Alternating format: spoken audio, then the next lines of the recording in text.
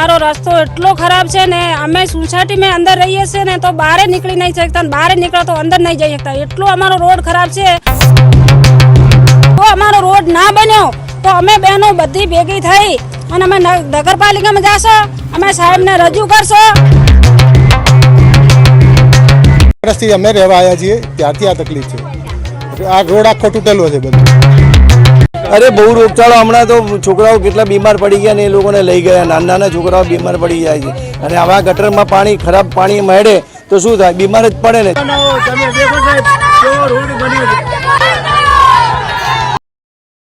બનાસકાંઠા ડીસા નગરપાલિકાના ward number 10માં આવેલી ગૌરી સદન સોસાયટીના રહીશોની વર્ષો જૂની સમસ્યાનો ઉકેલ આજે પણ આવ્યો નથી। કાચો રસ્તો અને વરસાદી પાણીનો ભરાવો સ્થાનિકો માટે માથાનો દુખાવો બન્યો છે।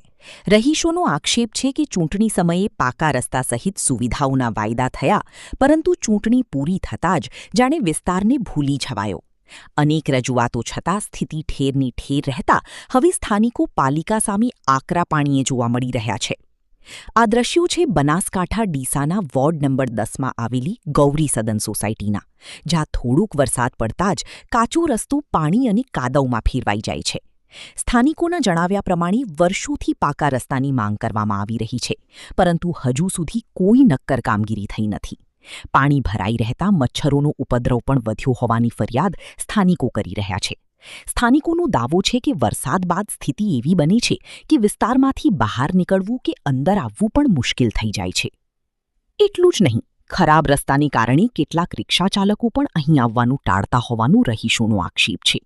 સવાલ એ છે કે નગરપાલિકા વિસ્તારમાં વર્ષોથી રસ્તાની આ સ્થિતિ હોય તો જવાબદારી કોની? રહીશોના જણાવ્યા મુજબ વોર્ડ અને સ્વચ્છતા સહિતના પ્રશ્ને પાલિકામાં અંદાજે 10 વખત રજૂઆત કરવામાં આવી છે, છતાં સમસ્યાનો કાયમી ઉકેલ આવ્યો નથી। ચૂંટણી વખતે અપાયેલા વાયદાઓ ગ્રાઉન્ડ પર કેમ નથી ઉતર્યા? ચૂંટાયેલા પ્રતિનિધિઓએ ચૂંટણી બાદ વિસ્તારની મુલાકાત લીધી જ નથી। આવા સવાલો સાથે રહીશોમાં રોષ વધી રહ્યો છે। વોર્ડ નંબર 10 માં ધનીબેન બારોટ બોલું છું। અમારો રસ્તો એટલો ખરાબ છે ને, અમે સોસાયટીમાં અંદર રહીએ છીએ ને તો બહાર નીકળી નહીં શકતા, બહાર નીકળો તો અંદર નહીં જઈ શકતા, એટલો અમારો રોડ ખરાબ છે।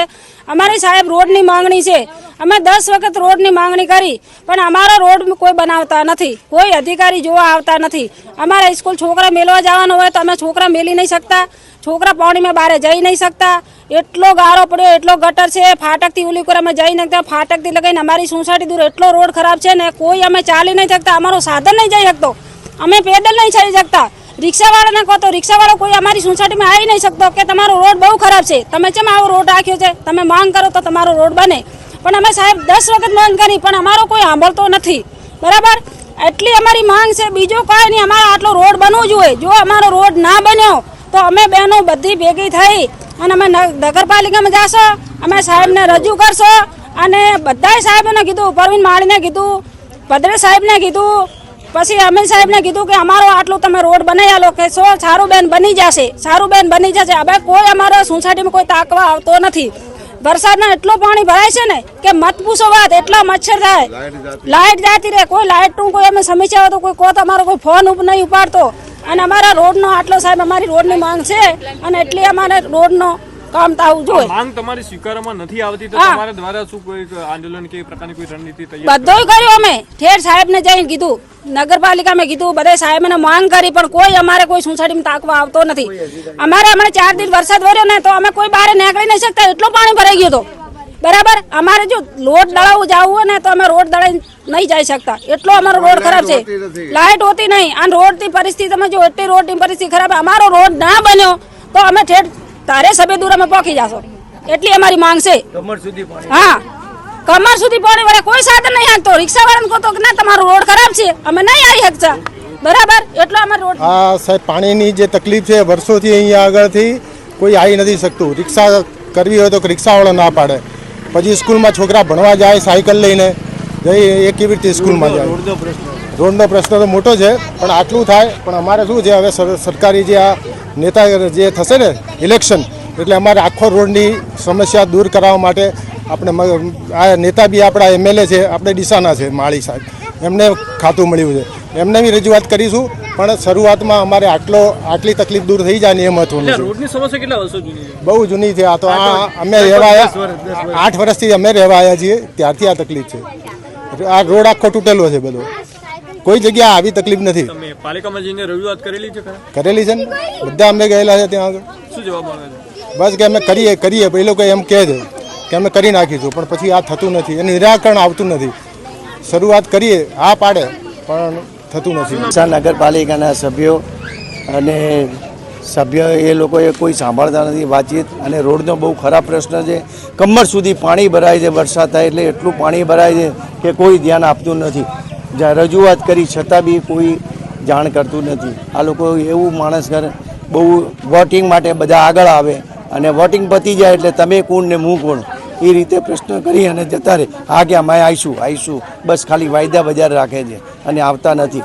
એટલે ચૂંટણી પૂર્ણ થયા બાદ નેતાઓ અહીંયા ફરકતા નથી? ના, એકે ફરકતા નથી. પછી એ લોકોનું કામ પતી ગયું એટલે કે તમે બસ આવતા જ નથી ને આમાં નજર બી કરવા આવતા નથી બિલકુલ. આ વિસ્તારમાં પાણીનો ભરાવો થવાથી રોગચાળો પણ ફાટી નીકળ્યો. અરે બહુ રોગચાળો. હમણાં તો છોકરાઓ કેટલા બીમાર પડી ગયા ને એ લોકોને લઈ ગયા. નાના છોકરાઓ બીમાર પડી જાય છે. અને આવા ગટરમાં પાણી ખરાબ પાણી મળે તો શું થાય? બીમાર જ પડે ને, ચામડીઓનો રોગ થાય, બીમાર પડે. એટલે વારે ઘડી અમારે કેટલી ઉપર સુધી તમે રજૂઆતો કરી છે? ઉપર સુધી નથી કરી, પણ નગરપાલિકામાં કરી છે. નગરપાલિકાના અંદર અમે જાણ કરેલી હવે છે. તમારી શું માંગ છે? હવે બસ આ રોડનો જ અમારો પ્રશ્ન છે. ગટરનો થઈ ગયો, પાણી પીવાનું થઈ ગયો પ્રશ્ન, આ રોડનો પ્રશ્ન છે. આ રોડ થઈ જાય, તે પાટકથી પેલી મગા વ્યવસ્થિત રોડ થઈ જાય તો અમે એ સારું માનીએ છીએ. હવે સ્થાનિકોએ પોતાની હાલાકીનો વિડીયો બનાવી ચૂંટાયેલા કોર્પોરેટરો અને જવાબદાર અધિકારીઓને સ્થળ મુલાકાત લેવા અપીલ કરી છે. સાથે જ આશંકા વ્યક્ત કરી છે કે વધુ વરસાદ પડશે તો પરિસ્થિતિ વધુ વિકટ બની શકે છે અને અકસ્માતનું જોખમ પણ વધી શકે છે. ત્યારે વર્ષોથી રસ્તાની રાહ જોતા ગૌરી સદન સોસાયટીના રહીશોને માત્ર આશ્વાસન મળશે કે ખરેખર પાકો રસ્તો પણ મળશે, તેના પર હવે સૌની નજર છે.